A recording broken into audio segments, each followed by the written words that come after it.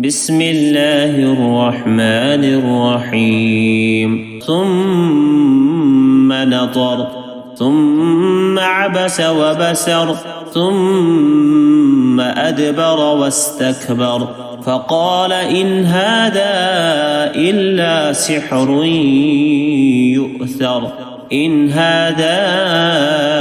إلا قول البشر سأصليه سقر وما أدراك ما سقر لا تبقي ولا تذر لواحة للبشر عليها 19 وما جعلنا أصحاب النار إلا ملائكة وما جعلنا عدتهم إلا فتنة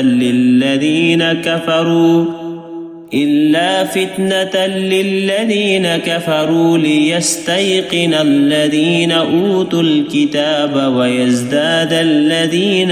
آمنوا إيمانا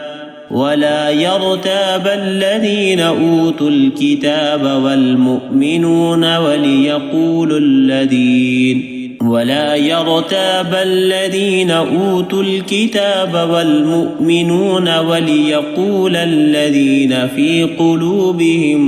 مرض والكافرون ماذا أراد الله بهذا مثلا كذلك يضل الله من يشاء ويهدي من يشاء وما يعلم جنود ربك إلا هو وما هي إلا ذكرى للبشر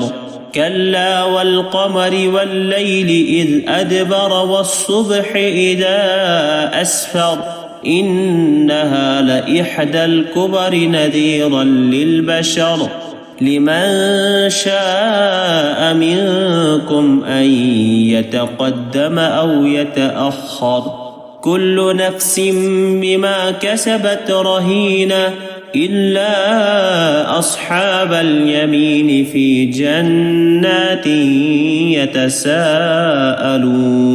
صدق الله العظيم.